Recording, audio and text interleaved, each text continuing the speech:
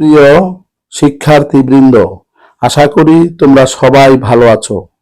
আজকের আলোচনা ষষ্ঠ শ্রেণী, বিষয় গণিত, শিরোনাম ভগ্নাংশের খেলা।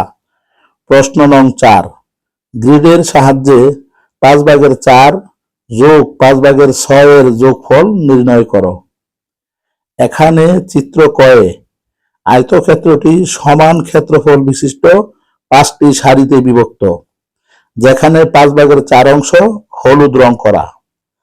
আবার 5/6 সমান 1 সমস্ত 5/1 সমান 1 যোগ 5/1।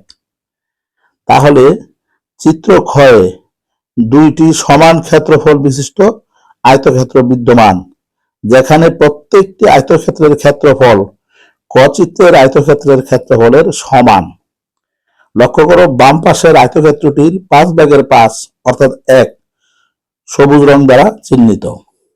ডান পাশের আয়তক্ষেত্রটির 5/1 অংশ সবুজ রং দ্বারা চিহ্নিত। তাহলে 1 যোগ 5/1 সমান 5/6, চিত্র খ। এখন চিত্র ক যোগ চিত্র খ হতে পাই। এখানে লক্ষ্য করো, প্রথম চিত্রে 5/4 অংশ হলুদ রং করা, দ্বিতীয় চিত্রে 5/6 অংশ সবুজ রং করা। এখানে 4 যোগ 6 সমান 10। তাহলে তৃতীয় চিত্রটি 5/10 অংশ হলুদ রং করা, এখানে 5/10 সমান 2। তাহলে আমরা এখন বলতে পারি গ্রিডের সাহায্যে প্রদত্ত ভগ্নাংশ দুটির যোগফল হবে 2। উত্তর ভগ্নাংশ দুটির যোগফল 2। ধন্যবাদ সকলকে।